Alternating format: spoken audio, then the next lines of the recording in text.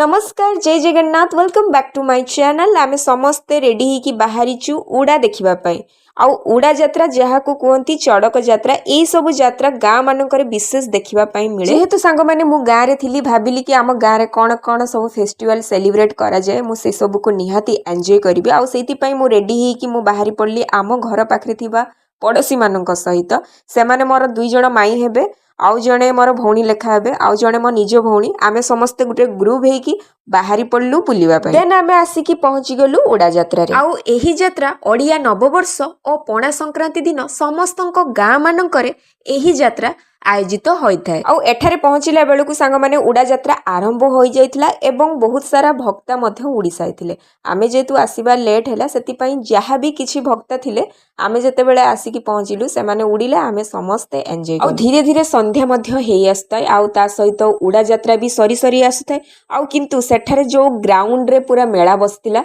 सेटा बहुत ही मजादार थिला। आमे समस्ते पूरा ग्राउंड को कवर करिचु आउ जी जहा इच्छा सेठी किणिकी समस्ते खाइलु आउ आम भितर गोटे कंपटीशन मध्य हो जाइथिला चाट रो कंपटीशन बहुत ही मजादार थिला आउ गोटे फनी मोमेंट क्रिएट हो जाइथिला आउ बहुत ही बढ़िया लागिला। तापरे जेहेतु राति भी हेई आसथाय आमे पुणी खिया पिया सारिकी जी जहा घर को रिटर्न कलु। जदि आपण मानकु वीडियोटी भल लागिथिबो ताले प्लीज चैनल को सब्सक्राइब करंतु।